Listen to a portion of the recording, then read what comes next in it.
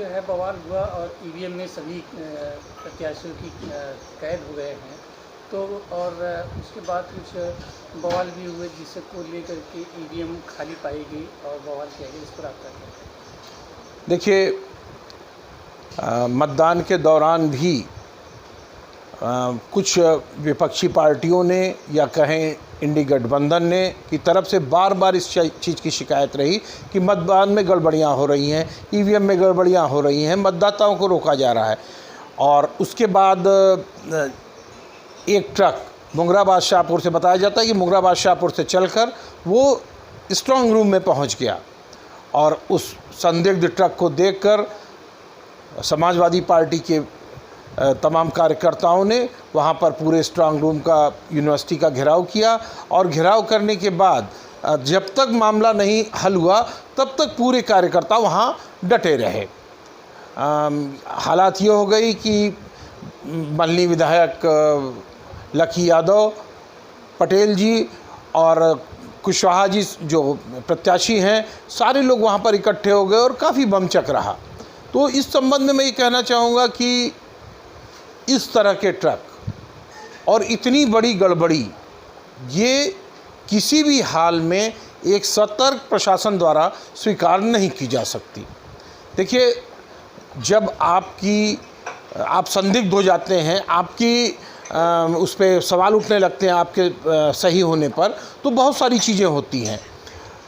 नियम देखा जाए तो ऐसे खाली ईवीएम, जो जिस कैटेगरी का ईवीएम उसको बताया गया है, उसे स्ट्रांग रूम में नहीं वेयर हाउस में आना चाहिए था। जो वेयर हाउस कलेक्ट्रेट कचहरी में था उसको चलकर वहाँ तक आना चाहिए था। फिर हम ये जिम्मेदारी ड्राइवर के ऊपर भी नहीं छोड़ सकते, उस ट्रक ड्राइवर के ऊपर कि सारी लाइन लगी हुई थी ट्रकों की, वो उसके साथ चलाया। उसके साथ उसका अधिकारी साथ में था जो कम से कम तहसीलदार स्तर का था या नायब तहसीलदार स्तर का रहा होगा। उसको ये मालूम था कि इस ट्रक के अंदर खाली ईवीएम है जो स्टैंड बाई के लिए रखी गई हैं या बिगड़ी हुई ईवीएम है, इन्हें किसी भी हाल में वो स्ट्रांग रूम के में नहीं जाना है। तो ये एक बहुत बड़ी गड़बड़ी थी। हालांकि मामला शांत हो गया जब लोगों ने देखा कि वो ईवीएम खाली हैं, उनसे इसका कोई लेना देना नहीं है। लेकिन एक बात मैं आपको विशेष तौर पे कह दूं कि विपक्षी सुबह से ही एक भूमिका बना रहे थे या ये कह रहे हैं कि एक नैरेटिव सेट कर रहे थे पूरे मामले में कि चुनाव में भ्रष्टाचार हो रहा है, चुनाव में बेईमानी हो रही है, मतदान में गड़बड़ियां हो रही हैं। आप देखें, पारा कमाल शाहगंज में पूर्व विधायक नदीम जावेद ने काफ़ी हल्ला मचाया, काफ़ी बमचक मचाया, जबकि प्रशासनिक अधिकारी बाद में वहाँ जांच के लिए गए तो ऐसी कोई बात नहीं थी, किसी तरह की बात नहीं थी। लेकिन उन्होंने बनाया कि हमारे वोटर्स को डराया जा रहा है ताकि वो मतदान करने ना जाए। यही हालत मछली शहर और मुंगराबाद शाहपुर जगह जगह देखने को मिली। इसका मतलब ये हुआ कि सुबह से ही नैरेटिव सेट किया जा रहा था और इतने लंबे हंगामे के लिए मैं कहूँगा कि बिल्ली के भाग से छीका टूट गया और विपक्षियों को एक तो बड़ा मौका ये मिल गया, बहुत बड़ा मौका मिल गया उंगली उठाने का, अपनी बात इस बात को कहने का कि ईवीएम में गड़बड़ी हो रही है और उसकी आड़ में उसकी रखवाली करने का और जगह जगह इस तरह की सोशल जांच के लिए दबाव बनाने का। देखिए, अभी ईवीएम में कैद हुई है, 6वें चरण का चुनाव ख़त्म हुआ है, 7वें चरण का चुनाव अभी होना है। उसके बाद ही किसी तरह की संभावना व्यक्त की जा सकती है। लेकिन मैं आपको एक बात बता दूं कि क्या कैद हुआ है ये तो नहीं बताऊंगा, लेकिन कैसे कैद हुआ इस पर मैं आज चर्चा करूंगा। सच पूछिए तो जौनपुर की दोनों सीटों के लिए हमें थोड़ा पीछे से जाना होगा। मैंने पहले भी कहा है कि जौनपुर एक तरीके की राजनीतिक प्रयोगशाला की तरह से इस्तेमाल किया गया। पहले प्रत्याशियों ने इस्तेमाल किया और बाद में मतदाताओं ने भी भरपूर इस्तेमाल किया है।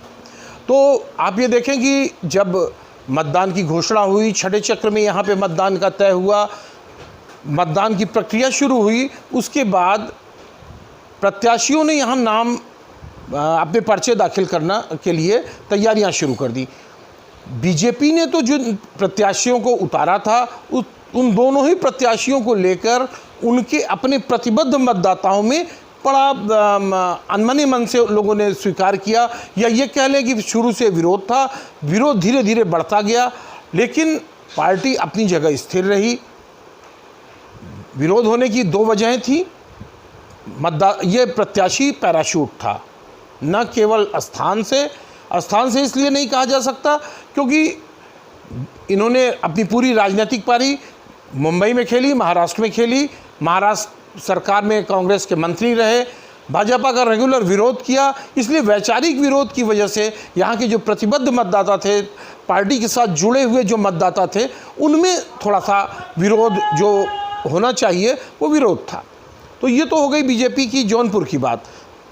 यही मछली शहर की देख लें तो बीपी सरोज जो कि सिटिंग एमपी थे, और इसके पहले वो एक उनके विरोधी दल से वो आए थे, लेकिन उन्होंने यहाँ जीत के अपनी लोकसभा में अपनी सीट पक्की की थी। उसके बाद उनको जब दिया गया तो उनके पूरे 5 साल के कामकाज को लेकर मतदाताओं में भारी रोष था, और ये रोष आप देखेंगे आखिर तक बना रहा। इसका असर मतदान पर और उनकी किस्मत पर भी पड़ेगा। इस बात की चर्चा मैं पीछे आगे चलकर करूँगा। अब मैं दूसरे मुख्य विपक्षी दल गठबंधन की प्रत्याशियों की चर्चा करूंगा। गठबंधन ने थोड़ा देर से अपने प्रत्याशी उतारे, और ये कह लें कि बीजेपी के प्रत्याशी देखने के बाद, सारी स्थितियां देखने के बाद उतारे। उनका अपना सीटों का अपनी पार्टियों, अपने सहयोगी दलों के साथ गठबंधन था, उसमें उनको सीटें अलॉट करनी थी। तो उस हिसाब से जौनपुर की सीट बाबू सिंह कुशवाहा को मिली। बाबू सिंह कुशवाहा वो शख्स हैं जो अभी थोड़े दिन पहले समाजवादी पार्टी में आए, और समाजवादी पार्टी में आने के बाद उन्होंने सौदेबाजी कर जौनपुर जैसी, समाजवादी पार्टी की जौनपुर जैसी सीट पर कब्जा कर लिया। अब यहाँ पे उनके जो प्रतिबद्ध मतदाता थे, उनको लेकर नेतृत्व के प्रति उनका रोष देखने को लगातार मिला। तमाम लोग जो इस सीट पर, इस समाजवादी पार्टी की सुरक्षित सीट पर आंख गड़ाए बैठे थे, उनको धक्का लगा। बाबू सिंह कुशवाहा को लेकर धक्का लगने की एक वजह और थी, क्योंकि ये साफ सुथरी छवि के उम्मीदवार कतई नहीं थे। जैसे भारतीय जनता पार्टी की कृपाशंकर सिंह पर दुनिया भर के भ्रष्टाचार के आरोप थे और तरह तरह के उनके ऊपर मुकदमे थे, उसी तरीके से बाबू सिंह कुशवाहा के ऊपर भी मुकदमे भी थे। और उससे बड़ी बात यह थी कि इनका समाजवादी पार्टी से वैचारिक मतभेद था। दूसरी जगह की बात छोड़ दें, जौनपुर में इसी चौकिया में बाबू सिंह कुशवाहा ने आकर पार्टी को, पार्टी के नेतृत्व को, यहाँ तक कि मुलायम सिंह और अखिलेश यादव तक को भला बुरा कहा। एक दौर वो भी था जब बाबू सिंह कुशवाहा के लिए भारतीय जनता पार्टी और समाजवादी पार्टी, वो दोनों को एक तराजू के दोनों पलड़ों पर रखकर तौल दिया करते थे। अपने गरम मिजाज भाषण और उससे वो लोगों में समाजवादी पार्टी के प्रति रोष प्रकट किया करते थे। लेकिन अब बाबू सिंह कुशवाहा आकर वोट मांगेंगे और उन्हें उसका वोट देना पड़ेगा, ये इस चीज़ को लेकर उनके उसमें काफ़ी वो था। अब तीसरे नंबर पर हम आते हैं, बसपा की बात करते हैं, जिसके लिए विशेष तौर पे राजनीति की इस प्रयोगशाला का इस्तेमाल किया गया। धनंजय सिंह, जौनपुर के पूर्व सांसद, राजनीति के जबरदस्त खिलाड़ी, और एक अपना वोटर वर्ग, अपना समर्थक उन्हें शुरू में स्टार्ट किया, उन्होंने शुरू किया।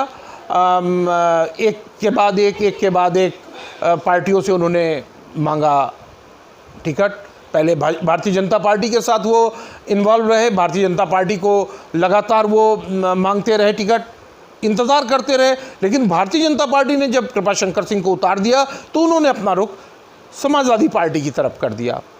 लगभग 1 हफ्ते या 1.5 हफ्ते तक इस चीज़ की कशमकश चलती रही कि धनंजय सिंह को समाजवादी पार्टी टिकट दे देगी, लेकिन समाजवादी पार्टी ने भी उनसे पल्ला झाड़ा और बाबू सिंह कुशवाहा को जो भी अंदर की बात रही हो वो बाहर नहीं आई, लेकिन बाबू सिंह कुशवाहा को यहाँ से उन्होंने टिकट दे दिया। अब धनंजय सिंह ने तुरंत रुख किया मायावती जी के पास, वहाँ अप्रोच किया। बसपा के पूर्व सांसद वो रह चुके थे, चूँकि वो जेल में बंद थे, और उनके चुनाव में शामिल होने की संभावना लगभग शून्य थी, तो उन्होंने अपनी धर्मपत्नी और यहाँ की अध्यक्ष, यहाँ की जिला पंचायत अध्यक्ष श्रीकला को बसपा का टिकट दिलाकर यहाँ से मैदान में उतार दिया। इसी बीच एक घटनाक्रम के बाद धनंजय सिंह रिहा होते हैं, वो निकल कर आते हैं, तीखे तेवरों के साथ वो चुनाव प्रचार में जुटते हैं। लेकिन अभी तो सस्पेंस आना बाकी था, पूरा सस्पेंस अभी रुका हुआ था। अचानक एक ट्विस्ट होता है और एक ट्विस्ट के बाद जनता सोचती रह जाती है कि धनंजय सिंह ने अपनी पत्नी का टिकट वापस किया या मायावती जी ने वो टिकट वापस ले लिया, और अचानक श्रीकला पूरे परिदृश्य से अलग हो जाती हैं। आखिरी समय में जौनपुर के सिटिंग निवर्तमान सांसद श्याम सिंह यादव, जो एक वरिष्ठ अधिकारी रहे थे पहले, 5 साल उन्होंने यहाँ बसपा का झंडा बुलंद किया था, उनको टिकट मिल जाता है। उनके टिकट मिलने के बाद वो मैदान में उतरते हैं। अब तीनों लोगों में अपने प्रतिबद्ध मतदाताओं को लेकर लड़ाई शुरू हो जाती है, खींचतान शुरू हो जाती है।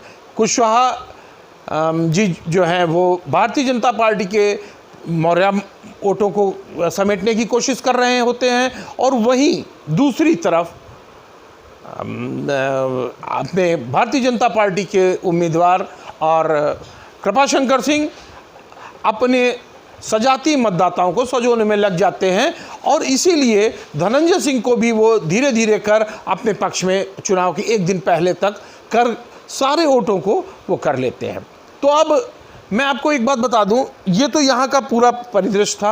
अब मैं मछली शहर की तरफ अगर चलूँ तो बीपी सरोज जो निवर्तमान सांसद हैं और पूर्व सांसद तूफानी सरोज की पुत्री प्रिया सरोज, और एक तीसरे नौकरशाह जो भी सरोज बिरादरी से थे, तीन के तीनों एक साथ वहाँ पर उतरते हैं। वहाँ मतदाताओं ने एक अलग तरह का प्रयोग किया है, और जौनपुर संसदीय क्षेत्र से 73 लोकसभा निर्वाचन क्षेत्र से एक अलग प्रयोग हुआ है। अब मैं आपको एक बात बता दूं, ये चुनाव सच पूछिए तो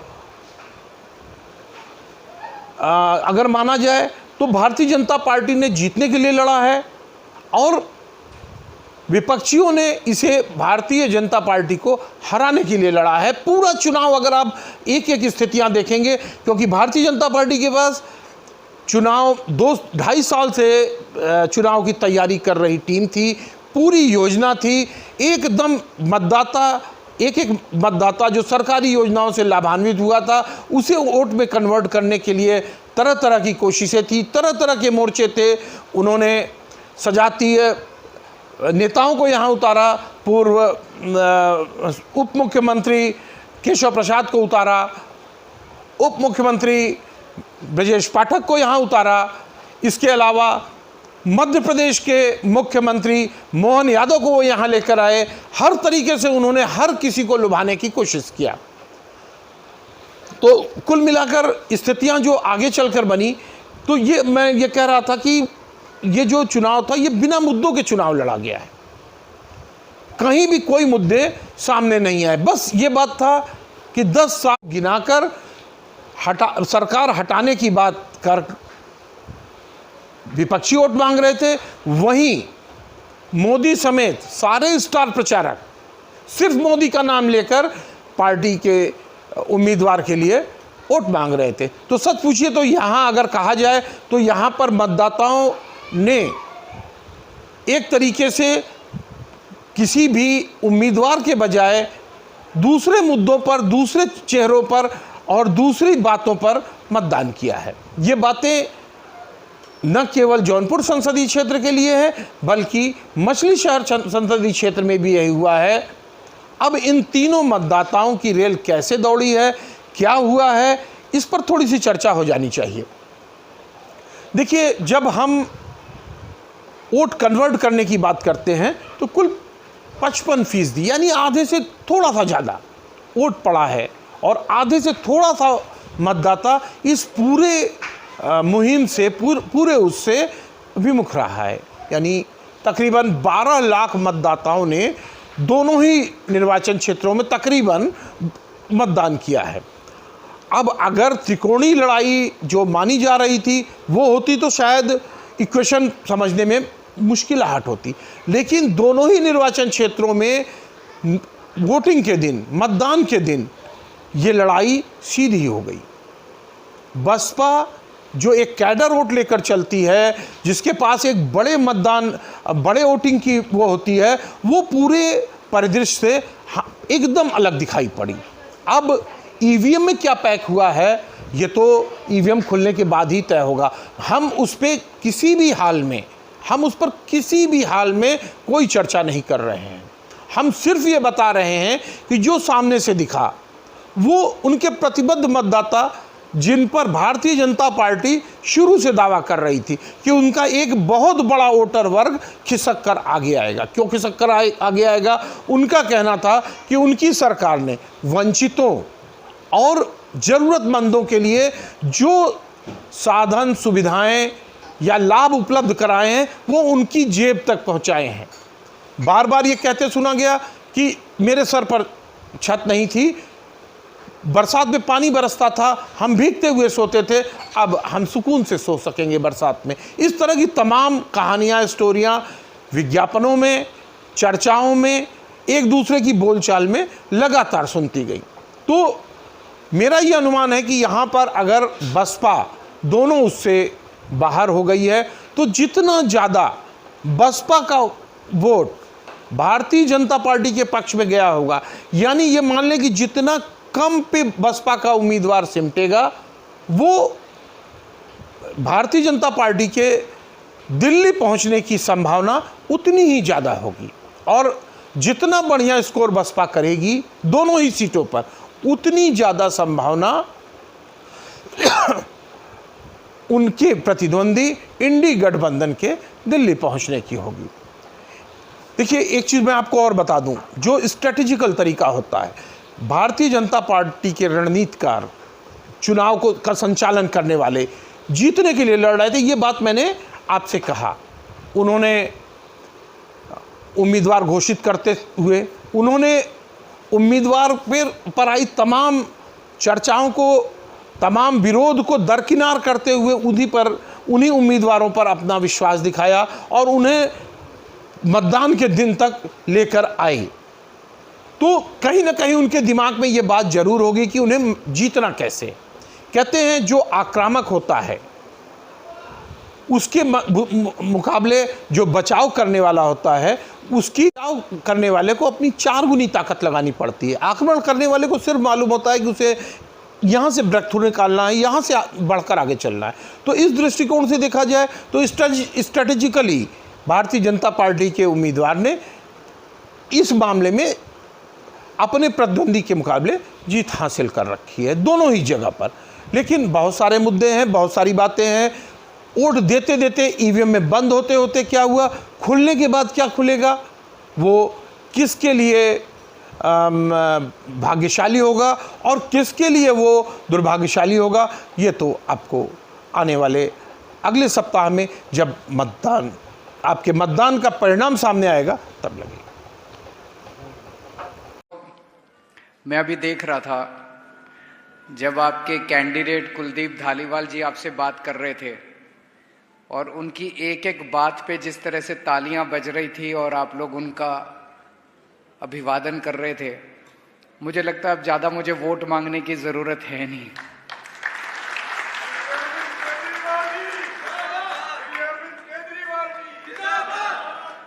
हमारा जो कैंडिडेट है, हमारा जो यहाँ से कैंडिडेट है, वो एग्जैक्टली आपकी समस्याओं को समझता है और उन समस्याओं का समाधान करने के लिए वो पूरी तरह से कमिटेड है और आप लोगों का उस पे विश्वास है। मुझे याद है आज से 1 साल पहले मैं मान साहब के साथ पंजाब में अमृतसर गया था, लुधियाना गया था, जलंधर गया था, मोहाली गया था। हमने व्यापारियों के साथ कई सारी मीटिंग्स करी थी। व्यापारियों ने, उद्योगपतियों ने कई सारी समस्याएं भी बताई थी। उनमें से कई समस्याओं का समाधान भी हुआ, कई समस्याओं पे अभी काम चल रहा है, कई समस्याओं के समाधान पे अभी काम चल रहा है। जब 1 साल पहले मैं आपके बीच में आया था, उस वक्त मैं आपसे वोट मांगने नहीं आया था। आपकी समस्याओं का जेन्युइनली समाधान करने के लिए हम आए थे, क्योंकि हमें लगता है कि व्यापारियों और उद्योगपतियों का किसी भी देश की अर्थव्यवस्था में सबसे ज़्यादा योगदान होता है। अगर व्यापारी और उद्योगपति खुश नहीं होंगे, उनकी समस्याओं का समाधान नहीं किया जाएगा, तो देश आगे तरक्की नहीं कर सकता। आप लोग रीढ़ की हड्डी हैं हमारे देश की अर्थव्यवस्था के लिए। मुझे याद है मोदी जी ने एक बार कहा था कि आड़ती जो हैं वो दलाल होते हैं, व्यापारी जो हैं वो दलाल होते हैं, दलाल नहीं होते हैं। वो देश की रीढ़ की हड्डी होते हैं, अर्थव्यवस्था की रीढ़ की हड्डी होते हैं। एक तरफ किसान और मजदूर है जो फसल उगाता है, और दूसरी तरफ व्यापारी हैं जो उसको डिस्ट्रीब्यूशन पूरे देश के अंदर डिस्ट्रीब्यूट करते हैं, उद्योगपति हैं जो उसकी प्रोसेसिंग करते हैं आगे। हम व्यापारियों को कितनी तवज्जो देते हैं, उद्योगपतियों को, कारोबारियों को, छोटे दुकानदारों को कितनी तवज्जो देते हैं, ये इसी बात से अंदाजा लगा लीजिए कि कल मैं दिल्ली का चुनाव पूरा करके सीधे अमृतसर पहुंचा और यहाँ से मेरी पहली मीटिंग फिरोजपुर में थी। फिरोजपुर में मैं सबसे पहले व्यापारियों और उद्योगपतियों से मिला, उसके बाद मैं किसी रोड शो में गया। आप लोग हमारे लिए बहुत इम्पोर्टेंट हैं। आप तरक्की करें, फले फूलें, और जो जो बातें धालीवाल साहब ने कही हैं वो सारी बातें हम करेंगे।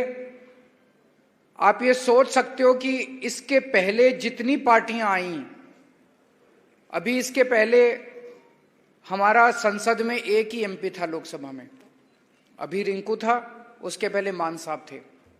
उनके अलावा किसी की आवाज सुनाई देती थी? कोई इस पार्टी का हो चाहे उस पार्टी का हो, कोई पंजाब के हक के बारे में बात ही नहीं करता था। जो बातें अभी धालीवाल साहब ने की, वो बातें वो भी कर सकते थे लोकसभा के अंदर। आपकी आवाज वो भी उठा सकते थे, आपके लिए वो भी लड़ सकते थे। उनको परवाह ही नहीं थी आप लोगों की। उनको शायद पता ही नहीं था कि आपकी ये समस्याएं हैं। उन्होंने कभी चिंता ही नहीं की आप लोगों की। आम आदमी पार्टी आप लोगों की पार्टी है, आपके बीच से निकले हुए लोग हैं हम लोग। हमें आपकी समस्याएं पता हैं, इसलिए हम आपकी समस्याओं के ऊपर काम करते हैं। तो आज मैं 1 साल पहले जब आया था, मैंने कहा था मैं आपसे वोट मांगने नहीं आया, आपकी समस्याओं का समाधान करने आया हूं।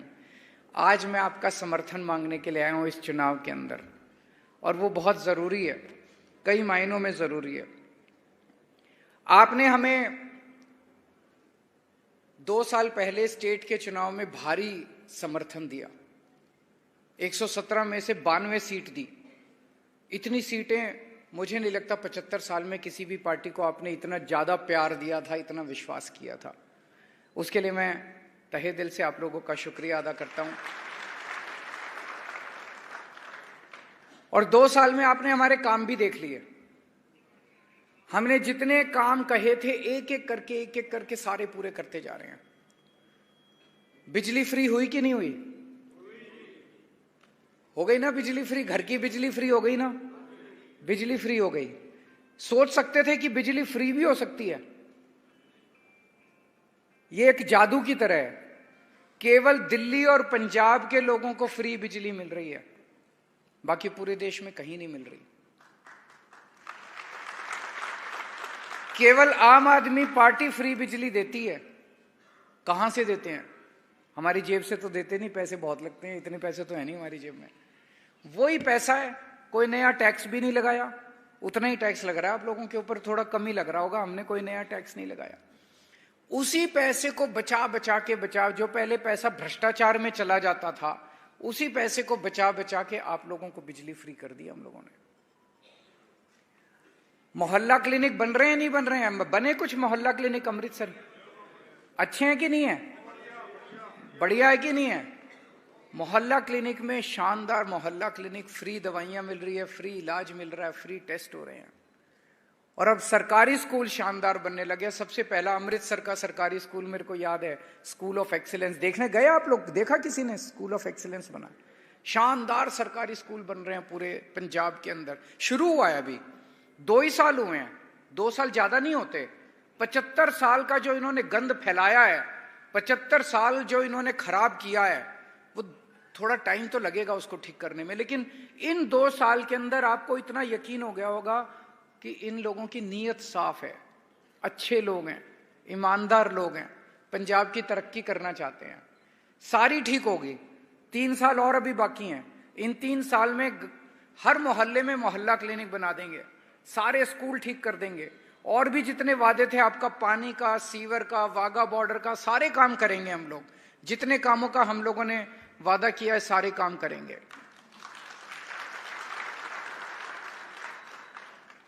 लेकिन आप लोगों का और साथ चाहिए हम लोगों को। वो होता है ना कि ये दिल मांगे मोर। आपने हमें स्टेट में 92 सीट दे दी, अब सेंटर में हमारी ताकत बढ़ाओ, सेंटर में आम आदमी पार्टी के मान साहब के हाथ मजबूत करो, तो सेंटर के जितने मसले हैं उन मसलों को भी हल करने में हमें मदद मिलेगी। सेंटर ने हमारे फंड रोक दिए, 9,000 करोड़ रुपया पंजाब का सेंटर ने रोक दिया, दे नहीं रहे। उसमें 5,500 करोड़ रूरल डेवलपमेंट फंड का पैसा है, उसमें नेशनल हेल्थ मिशन का पैसा है। ये रूरल डेवलपमेंट फंड का जो पैसा है, ये गांव गांव के अंदर इससे सड़कें बननी थी, इन्होंने पैसा रोक लिया। आप सोचो 5,500 करोड़ आ जाता तो गांव गांव में कितनी सड़कें बन सकती थी। नेशनल हेल्थ मिशन का पैसा आ जाता तो कितने और मोहल्ला क्लिनिक बन सकते थे। तो ये गुंडागर्दी, तानाशाही मचा रखी है इन लोगों ने। भाई, विकास के साथ और लोगों की तरक्की के साथ राजनीति नहीं होनी चाहिए। चुनाव में आप राजनीति कर लो, चुनाव में आपको जो कहना है कह लो, चुनाव में आपको जो, लेकिन एक बार चुनाव जीत गए, आम आदमी पार्टी की सरकार बन गई, उसके बाद अगर केंद्र सरकार पैसा रोकती है, ये उनके पिताजी का पैसा थोड़ी है, ये तो आप ही का पैसा है, पंजाब के हक का पैसा है, पंजाब के लोगों का पैसा है, वो रोक के बैठे हुए हैं। ये ठीक नहीं है, ये तानाशाही है, ये गुंडागर्दी है। ये एक तरह से ये कह रहे हैं हमें वोट नहीं दोगे तो हम तुम्हारा पैसा रोक लेंगे। ये क्या बात हुई? हमारे देश का पैसा आप कैसे रोक लोगे? आप लोगों ने हमें 92 सीट देके जिताया। विधानसभा के अंदर हम कानून बनाते हैं, गवर्नर कानून पे साइन करने को मना कर देता है। अभी इतने सारे बिल गवर्नर लेके बैठा है, फिर फायदा क्या हुआ? ये तो गुंडागर्दी कर दी कि हमें जिताओगे तभी हम बिल पास करने देंगे, हमें नहीं जिताओगे तो। ये तो ठीक नहीं है। ये तो देश के साथ खिलवाड़ कर रहे हैं ये लोग कि एक पार्टी वन लीडर। ये करना चाहते हैं कि पूरे देश में बस बीजेपी होनी चाहिए, बाकी और किसी को हम काम ही नहीं करने देंगे। आज अकेले भगवंत मान केंद्र सरकार से लड़ रहे हैं। अगर आपने 13 MP जिता दिए तो इनके 13 भगवंत मान के 13 हाथ हो जाएंगे, फिर ये 13 लोग जाके लड़ेंगे केंद्र सरकार से, तो आपके मसले, केंद्र सरकार के साथ जो मसले हैं वो जल्दी जल्दी समाधान होना चालू होंगे। होंगे कि नहीं होंगे?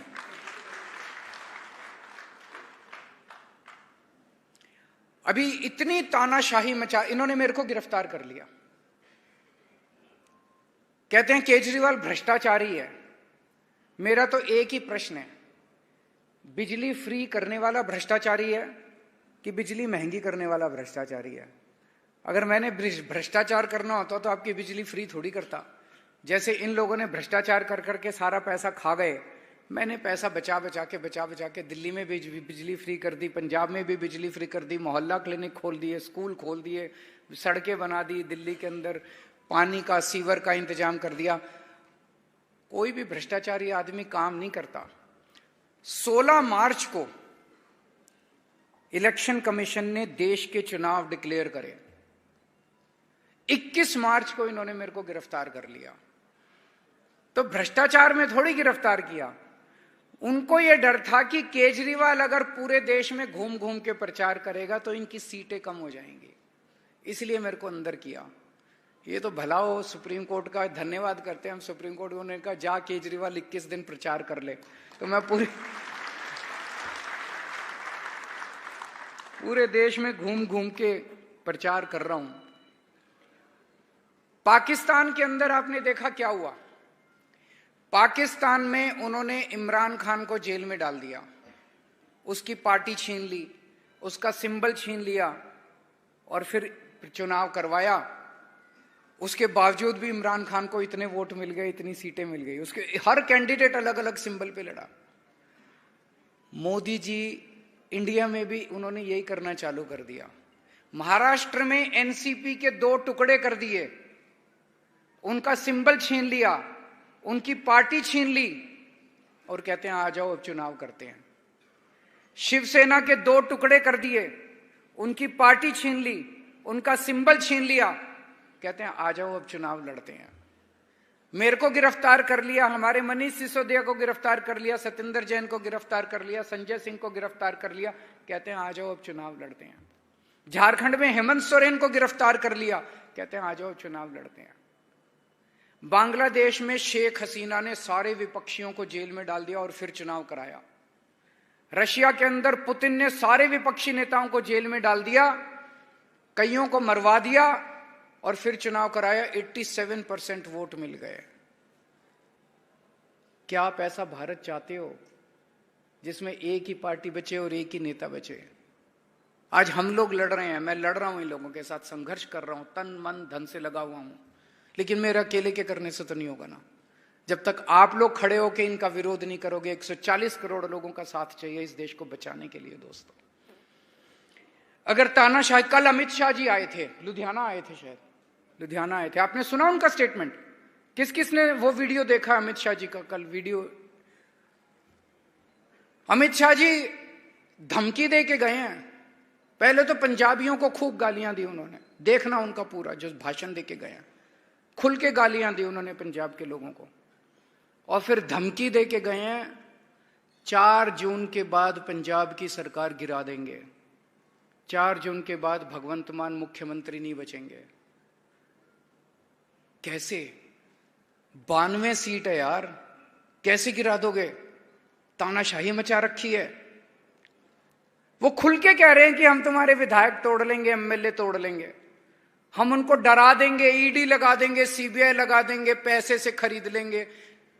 देश का गृह मंत्री खुल के कह रहा है, कल वीडियो देखना आप लोग, उसमें कह रहे हैं 4 जून के बाद पंजाब की आम आदमी पार्टी की सरकार गिरा देंगे, भगवंत मान उसके बाद मुख्यमंत्री नहीं बचेंगे। मैं उनको कहना चाहता हूं, पंजाबी दिल के बहुत बड़े होते हैं, प्यार से मांग लेते, आपको 1-2 सीट दे देते। धमकी मत जो अमित शाह जी पंजाब के लोगों को, धमकी मत दो, नहीं तो फिर पंजाबी जब खड़े हो जाते हैं ना, आपका पंजाब में घुसना मुश्किल कर देंगे पंजाब के लोग। याद करो जिस तरह से इन्होंने किसान आंदोलन के साथ किया था। किसान आंदोलन, किसान क्या कह रहे थे? हमें दिल्ली जाना है। दिल्ली तो इस देश के लोगों की है, देश की राजधानी है, 140 करोड़ लोगों की है दिल्ली, दिल्ली के पिताजी की थोड़ी है। इन्होंने दिल्ली नहीं जाने दिया किसानों को, कीलें लगा दी सड़क के ऊपर, बुलडोजर लगा दिए, बड़े बड़े बोल्डर लगा दिए सड़क के ऊपर, दिल्ली के अंदर नहीं घुसने दिया। 700 किसान मर गए, उनमें अधिकांश पंजाब के किसान थे। इस बार ऐसा बटन दबाना, ऐसा बटन दबाना कि इनकी नानी याद आ जाए। इन्होंने आपको दिल्ली नहीं जाने दिया, इनको इस बार दिल्ली के बाहर भगा देना, इनको दिल्ली में अब मत रहने देना इनकी पार्टी को। और इनका देखो अहंकार कितना हो गया। आपने पता नहीं मोदी जी के अभी पिछले कुछ दिनों में उन्होंने इंटरव्यू दिए हैं, सुने कि नहीं सुने? प्रधानमंत्री जी मोदी जी अब कह रहे हैं कि मैं अपनी मां की कोख से पैदा नहीं हुआ था, मेरे को सीधे भगवान ने इस दुनिया में प्रकट किया है। देखा आपने इंटरव्यू? किस किस ने देखा ये इंटरव्यू? मैं तो देख के दंग रह गया यार, ये क्या हो रहा है। मोदी जी कह रहे हैं मैं भगवान का अवतार हूं, खुलेआम सारे इंटरव्यू में कह रहे हैं, 1-2 इंटरव्यू में नहीं, सारे इंटरव्यू में वो कह रहे हैं मैं अपनी मां की कोख से पैदा नहीं हुआ था, मेरे को सीधे भगवान ने इस दुनिया में प्रकट किया है, मैं भगवान का अवतार हूं। इनके प्रवक्ता एक संबित पात्रा, थोड़े दिन पहले संबित पात्रा ने कहा भगवान जगन्नाथ मोदी जी के भक्त हैं। जगन्नाथ मतलब जगत के नाथ, जगत के नाथ मतलब इस सृष्टि के नाथ, ब्रह्मांड के नाथ। जगन्नाथ को बहुत ऊंचा दर्जा मिला है भगवानों की श्रेणी में। जगन्नाथ मतलब ब्रह्मांड के, सृष्टि के नाथ। ये कह रहे हैं वो सृष्टि का जो देवता है वो मोदी जी का भक्त है। मतलब ये अपने आप को उससे भी ऊपर मानने लग गए। ये लोग कहते हैं जो राम को लाए हैं हम उनको लाएंगे। मतलब इस पृथ्वी पे मोदी जी राम को लाए हैं। हम तो ये कहते हैं ना कि रोज सुबह उठ के भगवान से प्रार्थना करते हैं, हाथ जोड़ते हैं कि हे प्रभु तू मेरे को पृथ्वी पे लेके आया, तूने मेरे खाने पीने का इंतजाम किया, मेरे परिवार के इसके लिए हम बहुत बहुत सुबह उठ के पूजा करते हैं ना, वाहेगुरु जी की सबकी पूजा करते हैं। तो हम यही कहते हैं ना कि हे भगवान तू मेरे को पृथ्वी पे, ये कहते हैं मोदी जी भगवान राम को पृथ्वी पे लेके आए। इस बार तो इनका अहंकार मिटा देना आप सब लोग।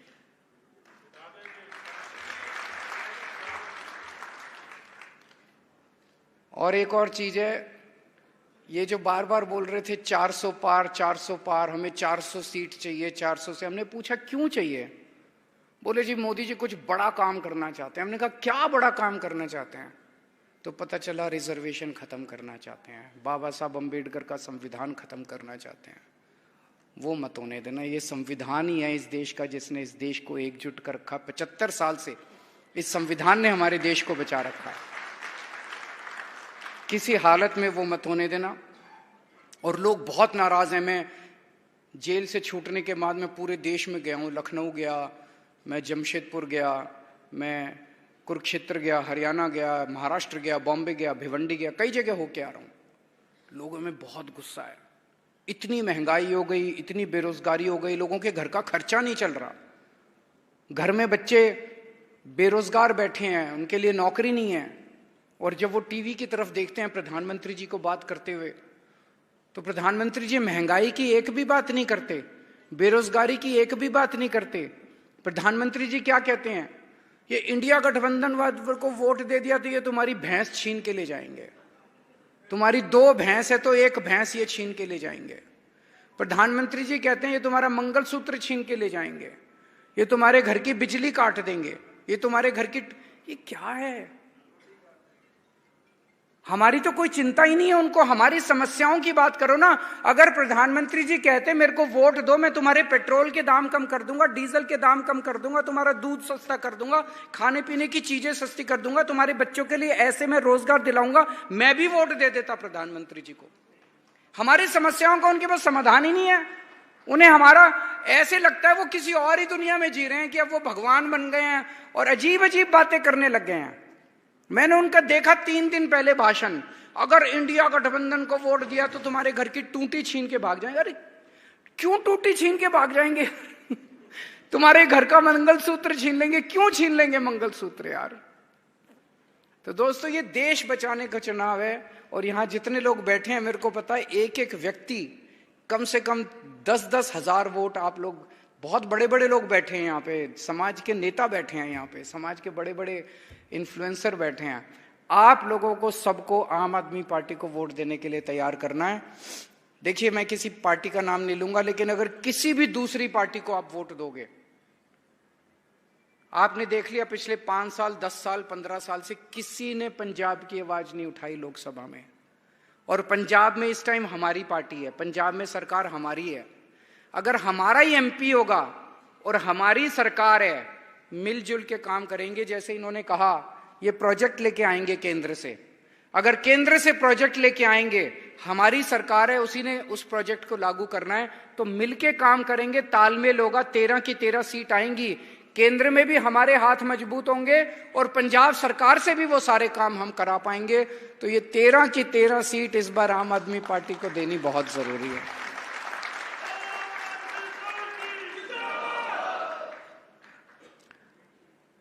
एक साल पहले जब मैं आया था, मैंने आपसे कहा था मैं आपसे कुछ मांगने नहीं आया, आपकी समस्याओं का समाधान करने आया हूं। आज मैं आपसे झोली फैला के मांगने आया हूं कि हमारे को 13 की 13 सीट दे दो, हमारे हाथ मजबूत करो। और फिर देखो जो काम आज पंजाब के अंदर चल रहे हैं, ये डबल ट्रिपल स्पीड से आपके सारे काम होने चालू हो जाएंगे। आप सब लोगों का बहुत बहुत शुक्रिया, आपने इतना प्यार, इतनी मोहब्बत दी। खिलवाड़ की है। नारद राय ने घोषणा में कहा है कि गाजीपुर, मऊ और बलिया तीनों सीटों पे 3 दिनों में समाजवादी पार्टी की 13 ही कर दूंगा। क्या कहेंगे उनके बयान को लेकर? 13 दिन बाद होती है। कहें समय बहुत कम ना 13 दिन बाद होती है। जिस दिन स्टेटमेंट दिया है उसके 13 दिन बाद देखना किसकी 13वीं होती है। किसको गाली दे रहे हैं? ये गालीबाजों की लोकतंत्र में कहीं जगह नहीं है। जनता अपना वोट अपने विवेक से, अपनी समझ से डालेगा। और ये गालीबाज लोग, ये दल बदलू लोग, स्वार्थी लोग, धोखेबाज लोग, इनका कोई चरित्र नहीं है। इनका चरित्र केवल स्वार्थ है। और कभी आपके साथ, फिर हमारे साथ, फिर उनके साथ, फिर उनके साथ भी नहीं। मैं आपसे कह रहा हूँ, इंडिया गठबंधन की सरकार बनेगी, आप देखोगे सबसे पहले कौन भागेगा? कौन भागेगा? आप लोग लेंगे ओम प्रकाश राजभर को? नहीं, हम तो नहीं लेंगे, लेकिन वो प्रयास तो करेंगे भागने का। ये स्वार्थी लोग हैं। इस बार जनता ने मन बना लिया है, कैसे कोई भी स्वार्थी लोगों को मौका नहीं मिलने जा रहा है। योगी जी कह रहे हैं कि आरक्षण इंडिया गठबंधन समाप्त करने वाला है और धर्म के आधार पर मुस्लिमों को देगा। मैं अपने समझदार पत्रकार साथियों से कहूंगा कि जो अब आरक्षण व्यवस्था है, जो बीजेपी की सरकार में आरक्षण व्यवस्था लागू हुई है, उसमें पिछड़े दलित आदिवासियों का आरक्षण उन्होंने छीना है। और जो 50% स्लॉट है जिसमें अगड़े ईडब्ल्यूएस हैं, तो अगर हम ईडब्ल्यूएस को निकाल दें, जो 40% का ब्लॉक है उसमें धर्म है, तो आप सोचिए अगर 40% जो ऊपर वाला आरक्षण है, अगर पहले वाली आरक्षण व्यवस्था होती तो इसमें पिछड़े दलित और आदिवासियों के बच्चे भी आते। उनको अपनी सीमा में रोक दिया है। तो आप बताइए, धर्म के आधार पर आरक्षण किसने किसको ज़्यादा दिया है? तो ये बीजेपी ने जो ये व्यवस्था लगाई है, सही मायने में पिछड़े दलित आदिवासियों का आरक्षण छीना है। और धर्म के आधार पे जो लोग मेरिट में आएंगे उन्हें ज़्यादा आरक्षण मिला है।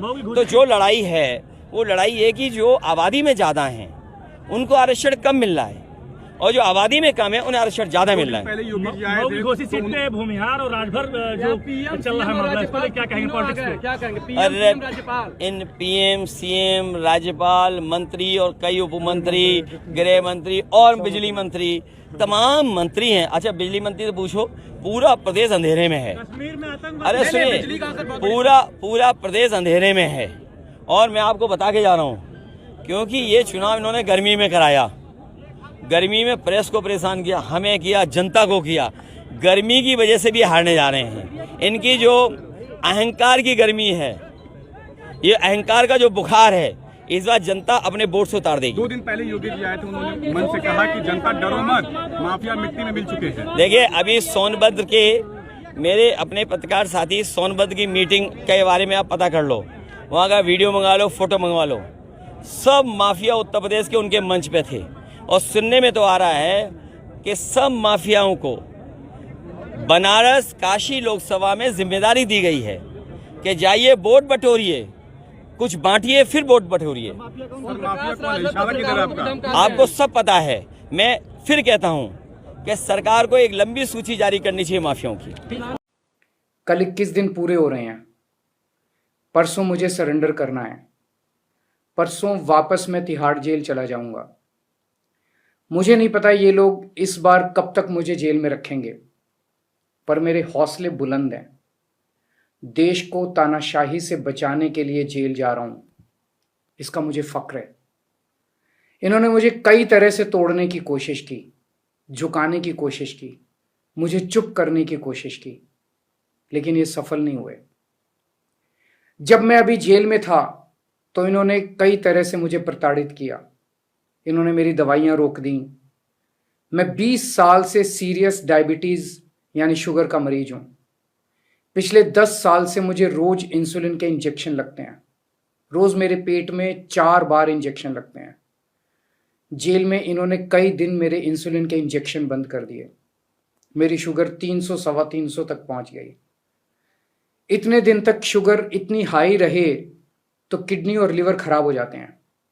पता नहीं ये लोग क्या चाहते थे, इन्होंने ऐसा क्यों किया। जेल में मैं 50 दिन था। इन 50 दिनों में मेरा 6 किलो वजन कम हो गया। जब मैं जेल गया तब मेरा वजन 70 किलो था, आज 64 किलो है। जेल से छूटने के बाद भी वजन नहीं बढ़ रहा। डॉक्टर कह रहे हैं कि यह शरीर में किसी बड़ी बीमारी का भी संकेत हो सकता है। कई टेस्ट करवाने की जरूरत है। मेरे यूरिन में भी कीटोन लेवल बहुत ज्यादा हो गया है। परसों मैं सरेंडर करूंगा। सरेंडर करने के लिए लगभग दोपहर 3 बजे अपने घर से निकलूंगा। हो सकता है ये इस बार मुझे और ज्यादा प्रताड़ित करें, लेकिन मैं झुकूंगा नहीं। आप अपना ख्याल रखना। मुझे जेल में आपकी बहुत चिंता रहती है। आप खुश रहेंगे तो आपका केजरीवाल भी खुश रहेगा। मैं बेशक आपके बीच नहीं होऊंगा, लेकिन आप चिंता मत करना, आपके सारे काम चलते रहेंगे। मैं चाहे जहां रहूं, अंदर रहूं, बाहर रहूं, दिल्ली के काम नहीं रुकने दूंगा। आपकी फ्री बिजली, मोहल्ला क्लिनिक, अस्पताल, फ्री दवाइयाँ, इलाज, महिलाओं के लिए फ्री बस यात्रा, 24 घंटे बिजली और भी सारे काम चलते रहेंगे। और लौट के हर माँ बहन को हर महीने 1000 रुपये देने की भी शुरुआत करूंगा। मैंने हमेशा आपके परिवार का बेटा बन के अपना फर्ज निभाया है। आज मैं अपने परिवार के लिए आपसे कुछ मांगना चाहता हूं। मेरे माता पिता बहुत बुजुर्ग हैं। मेरी माँ बहुत बीमार रहती हैं। मुझे जेल में उनकी बहुत चिंता रहती है। मेरे पीछे से मेरे माता पिता का ख्याल रखना, उनके लिए दुआ करना, भगवान से प्रार्थना करना। दुआ में बड़ी ताकत होती है। आप मेरी माँ के लिए रोज प्रार्थना करेंगे तो वो जरूर स्वस्थ रहेंगी। मेरी पत्नी सुनीता बहुत मजबूत हैं। उन्होंने जिंदगी के हर मुश्किल वक्त में मेरा साथ दिया है। जब मुश्किल वक्त आता है तो पूरा परिवार एकजुट हो जाता है। आप सबने मुश्किल वक्त में मेरा बहुत साथ दिया है। हम सब मिलके तानाशाही से लड़ रहे हैं। देश को बचाने के लिए यदि मुझे कुछ हो जाए, यदि मेरे प्राण भी चले जाएं, तो गम मत करना। आपकी प्रार्थनाओं की वजह से ही आज मैं जिंदा हूं और आगे भी आपका आशीर्वाद मेरी रक्षा करेगा। अंत में बस ये कहना चाहता हूं, भगवान ने चाहा तो आपका ये बेटा बहुत जल्द वापस आएगा। जय हिंद। इसके चुनाव में पार्टी चुनाव लड़ रही है और वहाँ गठबंधन के कैंडिडेट जो है वहाँ चुनाव मैदान में हैं। और आज मैं समझता हूँ कि कल तक प्रचार हुआ, आज पोलिंग पार्टियाँ जा रही हैं, कल मतदान होगा। तो अभी जो है 4 जून को मतगणना हुई है जनपद सभी पूरे भारतवर्ष में। तो जनपद जौनपुर में इसमें भारतीय जनता पार्टी को जिताने के लिए जिला प्रशासन पूरी तरीके से लगा है। अभी ईवीएम भी पकड़ी गई थी, लेकिन वो बताया गया कि सही निकली, उस पर आश्वस्त हुए। लेकिन इसमें जिला प्रशासन पूरे मुस्तैद है, तो इस पर जो है क्या स्थिति रहेगी? देखिए, जिला प्रशासन को हम ये मान के चलते हैं कि वो निष्पक्ष तरीके से वो मतगणना कराएंगे। मतगणना के हिसाब से जो चुनाव आयोग ने नियम बनाया है, नियमानुसार वहाँ कार्यवाही होगी, मतगणना होगी। और जब मतदान हुआ है और मतदान के बाद मतगणना होना है तो मतगणना बाकायदे होगी और निष्पक्ष तरीके से प्रशासन जो है कराएगा, ये मुझे भरोसा है। इसके साथ साथ जो है क्या तैयारियां हैं? तैयारी हमारी ये है कि चुनाव तो एक तरीके से जहां पार्टी गठबंधन लड़ रहा था, वहीं जनता ने इस चुनाव को अपने हाथ में ले लिया था। और जनता जब चुनाव लेके मतदान किया है तो जनता परिणाम के भी पक्ष में रहेगी।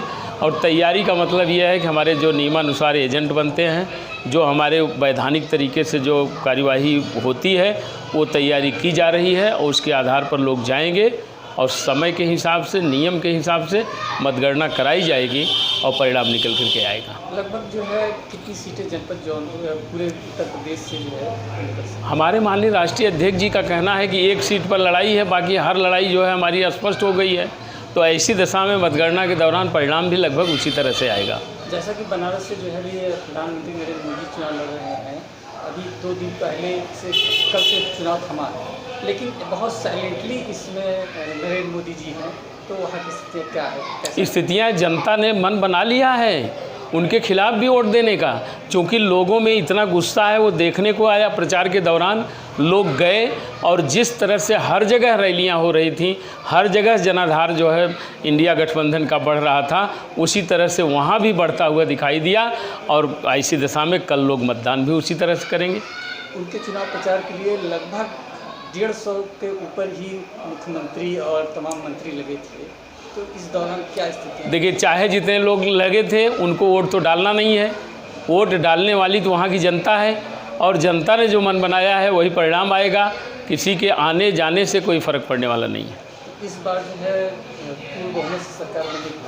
पूर्ण बहुमत की सरकार बनेगी, इंडिया गठबंधन की सरकार बनने जा रही है।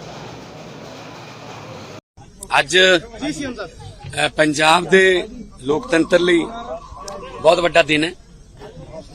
ਅੱਜ 13 ਦੀਆਂ 13 ਲੋਕ ਸਭਾ ਸੀਟਾਂ ਤੇ ਵੋਟਿੰਗ ਹੋ ਰਹੀ ਹੈ ਔਰ ਪੰਜਾਬ ਦੀ ਜਿਹੜੀ ਵੋਟਿੰਗ ਦੀ ਹਿਸਟਰੀ ਰਹੀ ਹੈ ਉਹ ਇਹੀ ਕਹਿੰਦੀ ਹੈ ਕਿ ਪੰਜਾਬ ਦੇ ਲੋਕ ਭਾਰੀ ਗਿਣਤੀ ਚ ਆ ਕੇ ਆਪਣੇ ਵੋਟ ਦੇ ਅਧਿਕਾਰ ਦਾ ਇਸਤੇਮਾਲ ਕਰਦੇ ਨੇ। ਮਤਲਬ 70% ਤੋਂ ਵੀ ਉੱਪਰ, 75 ਤੋਂ ਵੀ ਉੱਪਰ, 80 ਤੋਂ ਵੀ ਉੱਪਰ परसेंटेज जी देखी गई है। सो पंजाब के लोग अवेयर लोग ने, चेतन लोग ने। ये जिहड़ा वोटर कार्ड है ये सानू शहीदां ने अपना खून दी कुर्बानियां दे के लैके दिता है। सो इनू इस्तेमाल जरूर करना चाहिए। मैं तुहाडे जरिए सारे पंजाबियों नूं बेनती करूंगा कि कोई गल नहीं, एक दिन गर्मी झल लांगे, पर यह गर्मी जिहड़ी एक दिन दी ये तुहाडे बच्चों का भविख जिहड़ा है ਉਹਨੂੰ ਬਦਲ ਸਕਦੀ ਹੈ। ਕਿਉਂਕਿ ਫਿਰ ਬਾਅਦ ਚ 5 ਸਾਲ ਗਾਲਾਂ ਕੱਢਣ ਦਾ ਕੋਈ ਫਾਇਦਾ ਨਹੀਂ ਕਿ ਆਹ ਸਰਕਾਰ ਆ ਗਈ, ਇਹੋ ਜਿਹੀ ਸਰਕਾਰ ਆ ਗਈ। ਉਹ ਸਰਕਾਰ ਨੂੰ ਚੁਣਨ ਦੇ ਵਿੱਚ ਹਿੱਸੇਦਾਰ ਜ਼ਰੂਰ ਬਣੋ। ਆਪਣਾ ਮਤ ਦਾ ਅਧਿਕਾਰ ਮਤਦਾਨ ਕਹਿੰਦੇ ਆ। ਮਤ ਹੋ ਗਿਆ ਅਕਲ, ਆਪਣੀ ਅਕਲ ਦਾ ਦਾਨ ਹੈ ਕਿ ਮੈਂ ਆਪਣੀ ਮਤ ਜਿਹੜੀ ਆ ਉਹ ਇਸ ਉਮੀਦਵਾਰ ਨੂੰ ਦਾਨ ਕਰਨ ਲੱਗਿਆ ਤਾਂ ਕਿ ਇਹ ਕੰਮ ਕਰੇ, ਸਾਡੇ ਲਈ ਕੰਮ ਕਰੇ। ਸੋ ਚੰਗੇ ਬੰਦਿਆਂ ਨੂੰ ਚੁਣੋ, ਇਹੀ ਕਹੂੰਗਾ ਮੈਂ, ਜਿਹੜੇ ਤੁਹਾਡੇ ਦੁੱਖਾਂ ਸੁੱਖਾਂ 'ਚ सहाई हुंदे होण, तुहाडे विच रहिंदे होण, जिन्हां ने अपने पिंडे ते गरीबियां हंडाईयां होण, आम घरां दे विच रह के जिन्हां ने सारियां दुश्वारियां झल्लियां होण। जदों ओह जे बंदे विधान सभा दीयां जां पार्लीमेंट दीयां पौड़ियां चढ़दे आ, फिर कानून भी अंदरों ओह जे बन के आउंदे आ। सो मैं अज अपनी पत्नी डॉक्टर गुरप्रीत कौर नाल वोट दे अधिकार दा इस्तेमाल कीता। पहला मेरी वोट मोहाली हुंदी सी, पर असीं संगरूर बनाई है। सो पहली बार मैं इत्थे वोट पाउण आया ते बाकी मैनूं उम्मीद है कि भावें शहरी इलाके ने, भावें पिंडू ने, भावें कस्बे वाले ने, पंजाब दे विच बहुत भारी वोटिंग होगी ते उस भारी वोटिंग दा पूरे देश नूं एक मैसेज भी जाऊगा कि पंजाबी एक इहो जी जिहड़ी कौम है, पंजाब दे एक इहो जे लोग ने जिहड़े अपने अधिकारां दा इस्तेमाल करना जानदे ने। जे हर इनकलाब नूं लीड करना जानदे ने ਤਾਂ ਆਪਣੇ ਅਧਿਕਾਰਾਂ ਦਾ ਇਸਤੇਮਾਲ ਕਰਨਾ बिल्कुल बिल्कुल कोई बात नहीं। पंजाबियों के लिए गर्मी कोई खास ऐसी नहीं मायने रखती, क्योंकि हम लोग खेतों में काम करके आए हैं। हम लोग 48-50 डिग्री में तो आम तौर पे घूमते रहते हैं। तो मेरे ख्याल में 70% से ज्यादा, 75% से भी ज्यादा वोटिंग की उम्मीद है। तो 1 घंटे में 10% हो गई है इस बूथ पे। तो 1 घंटे में 10% हो गई है, तो इसका मतलब अगर थोड़ा 1 बजे 2 बजे थोड़ा स्लो भी हो गया तो 4-5 बजे फिर अप होगा, तो 70 से 80 की तरफ जा रहा है जी। आप खुद लाइन में लगकर वोट डालने के लिए गए? वोट की कीमत तो जो मेरे सामने लाइन में खड़ा है उसकी भी वही है ना। वोटर कार्ड तो उसके पास भी वही है, मेरे पास भी वही है, तो लाइन में लगने में कोई हर्ज नहीं है। वीवीपैट का कोई इशू था, वीवीपैट का कोई इशू सीगा, वो उन्होंने चेंज कर दिया। सर 13 ਦੀਆਂ 13 हॉट ने, क्योंकि देश की सरकार बनानी है, कल संगरूर ने नहीं। 13 ਦੀਆਂ 13 हॉट ने और 13 ਦੀਆਂ 13 साढ़े लिए आज तो वैसे ही हॉट डे है, ठीक है ना। तो फिर कोई भी सीट कोई ऐसे मायने नहीं रखती भी आ कोई गल नहीं, तो आ गई जाए तो घट मेहनत करो। मैं 122 रैलियां की पिछले 25 दिन च। मैं कोई ये हल्का नहीं है इदा लिया कि नहीं इतने तो चलो जिते ही पे हैं या फलाना। जिन्ना चिर रीबन च नहीं बजते उन्ना चिर पिछे मुड़ के नहीं कहने देखना चाहिए। अपने वालों एफर्ट की है, पॉजिटिव कमेंट करा, मैं पॉजिटिव कंपेन करा, मैं अपने कम्मां दी, मैं अपने बिजली दे, अपने पानी दे, अपने नौकरियां दे जिन्ने भी काम कीते मैं उन्हां दे नां ते वोट मंगी है। एक भी तुसीं देख लोगे कि मेरी कोई शिकायत इलेक्शन कमीशन को लेके मेरे कोई लूज टॉक होगी ਜਾਂ मैं कुछ कोई गलत करता, मैं बिल्कुल चोण जाब्ते ਦੇ ਵਿੱਚ ਰਹਿ ਕੇ ਕੰਮ ਕੀਤਾ। ਜੇ ਕਿਤੇ ਇੱਕ ਦਿਨ 9:50 ਹੋ ਗਏ ਸੀ, ਅਸੀਂ 9:52 ਤੇ ਬੰਦ ਕਰਤਾ ਸਪੀਕਰ, ਕਿਉਂਕਿ 10 ਵਜੇ ਤੋਂ ਪਹਿਲਾਂ ਖਤਮ ਕਰਨਾ ਹੁੰਦਾ। ਸੋ ਕਦੇ ਵੀ ਅਸੀਂ ਕੋਈ ਇਸ ਤਰ੍ਹਾਂ ਦਾ ਜਿਹੜਾ ਚੋਣ ਜਾਬਤਾ ਤੋੜਨ ਦੀ ਕੋਸ਼ਿਸ਼ ਨਹੀਂ ਕੀਤੀ। ਅੱਜ ਵੀ ਮੈਂ ਇਹੀ ਬੇਨਤੀ ਕਰੂੰਗਾ ਜਿੰਨੇ ਵੀ ਇੱਥੇ ਆਉਣਗੇ, ਤੁਹਾਨੂੰ ਵੀ ਬੇਨਤੀ ਕਰੂੰਗਾ, ਕੋਈ ਇਹੋ ਜਿਹਾ ਸਵਾਲ ਨਾ ਪੁੱਛ ਲਿਓ ਕਿਹਨੂੰ ਵੋਟ ਪਾ ਕੇ ਆਏ ਹੋ ਜੀ।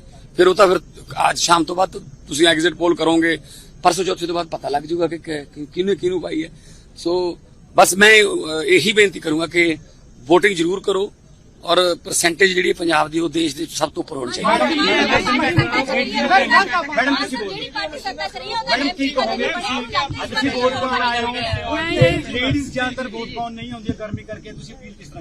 देखो मेरा लेडीज़ ਨੂੰ ਇਹੀ ਅਪੀਲ ਹੈ ਕਿ ਸਭ ਤੋਂ ਜ਼ਿਆਦਾ ਵੋਟ ਆਪਾਂ ਪਾ ਕੇ ਦਿਖਾਈਏ।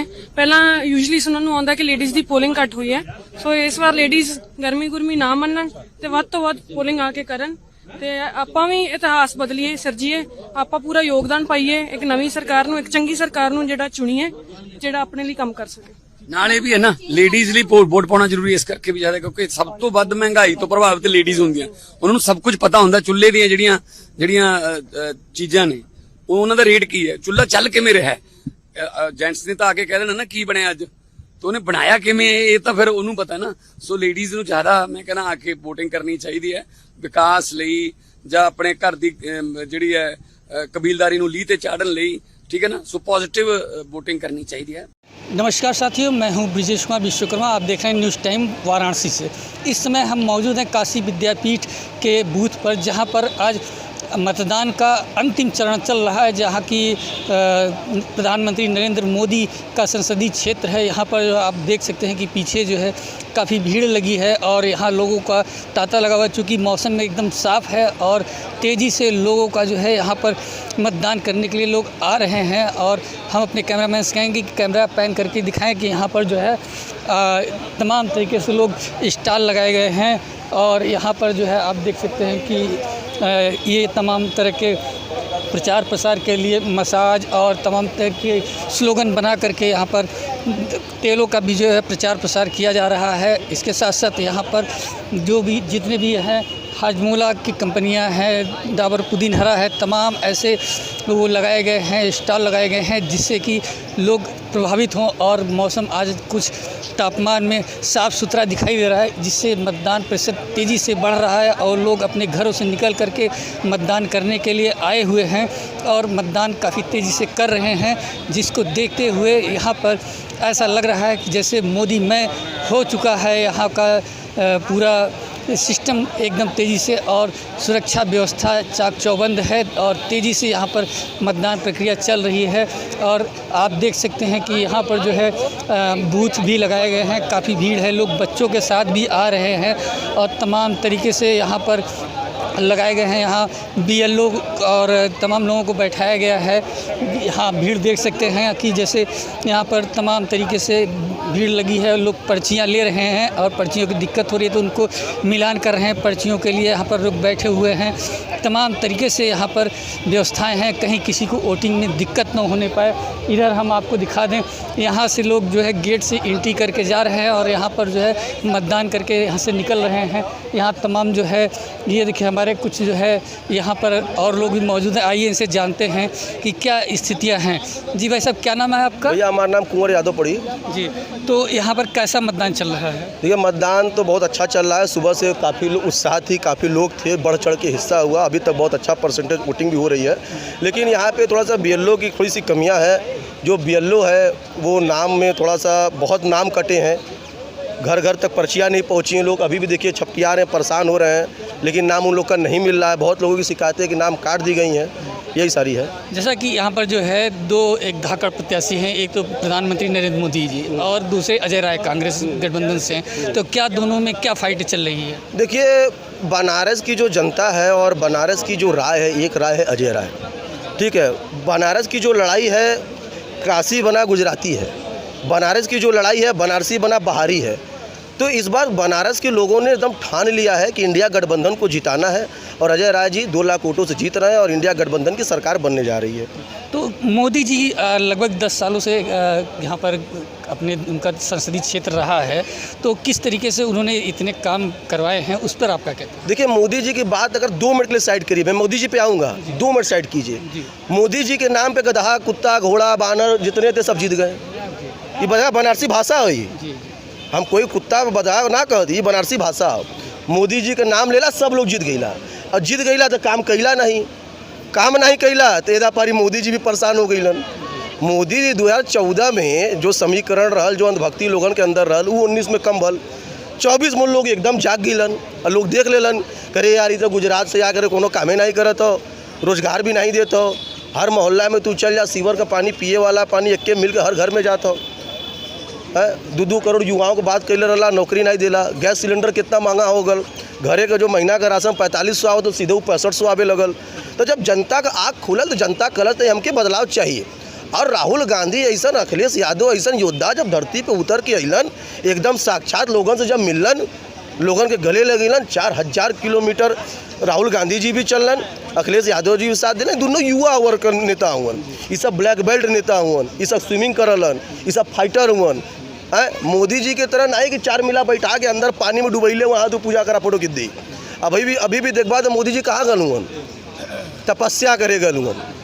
और जब वो तपस्या करे गईलन तो 3000 RPF CRPF जवान लेकर गईलन और 300 कैमरा मैन ले गए। भैया तो के जब करे गल तपस्या तो अपने घर में भी तपस्या साधना कर सकत, तो कि 300 कैमरा मैन की जरूरत काहे पड़ गल?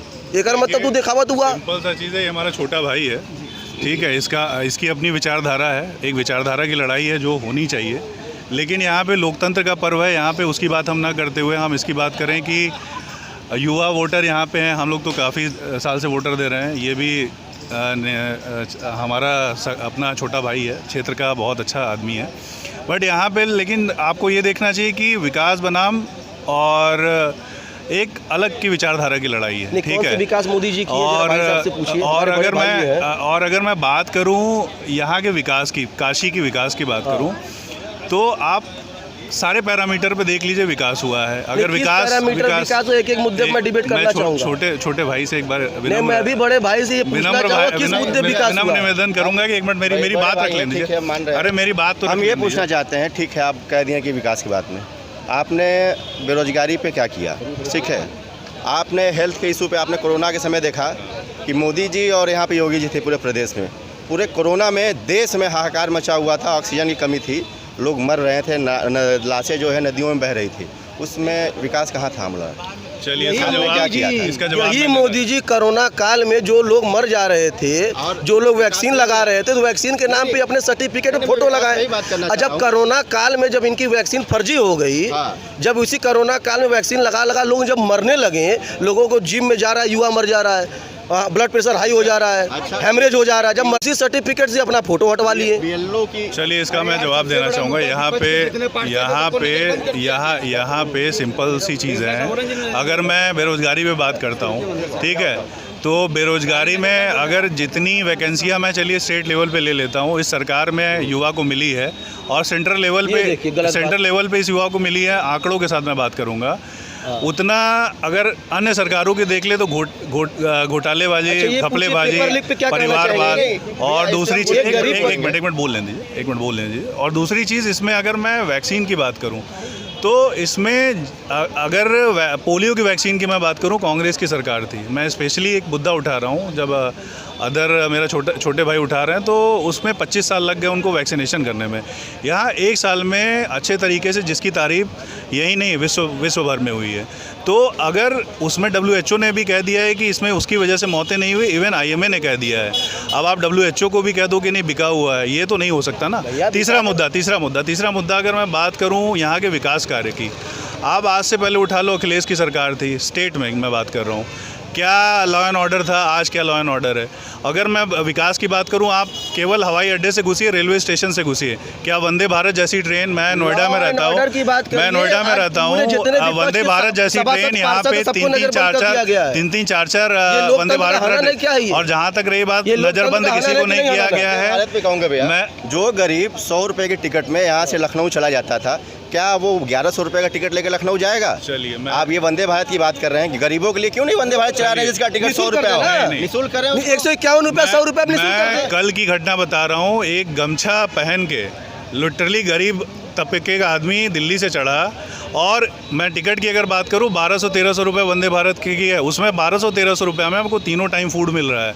अगर आज कोई गरीब नहीं रहा, पहली चीज़ गरीबी से कितने लोग ऊपर हुए हैं, करोड़ों। हम 2 घंटे में सफर नहीं सुनिए, गरीब कितने लोग गरीबी से बाहर हुए हैं, गरीबी रेखा से बाहर हुए हैं। दूसरी चीज़, हर आदमी अब दिग्भ्रमित होने वाला नहीं है। 70 साल बनाम 2047 का विकास पे वोट पड़ेगा, 2047 में वोट पड़ेगा। युवा वोटर भी इसके साथ है, ग्रामीण वोटर भी इसके साथ है। दो चीज बोले, नहीं, इन्होंने कहा कि सबसे ज़्यादा एम्प्लॉयमेंट राज्य सरकार ने किया, ठीक है। इन्होंने 2 भर्तियाँ कराई, एक यूपी पुलिस की और एक शिक्षा के क्षेत्र में। शिक्षा वाला जो इन्होंने भर्ती कराया, उसमें आज भी आरक्षण को लेकर कोर्ट में मामला चल रहा है। ये पिछड़ों का अधिकार छीनकर वो पता नहीं किसको भर दिए वहाँ पे। और यूपी पुलिस का देखिए, पेपर आप कराते हैं, उसके पहले पेपर आप अपने लोगों को पहुंचा देते हैं कि जाइए आप आराम से पेपर घर पे पढ़ के पेपर दीजिए। तो कौन सी भर्ती दे रहे हैं भैया?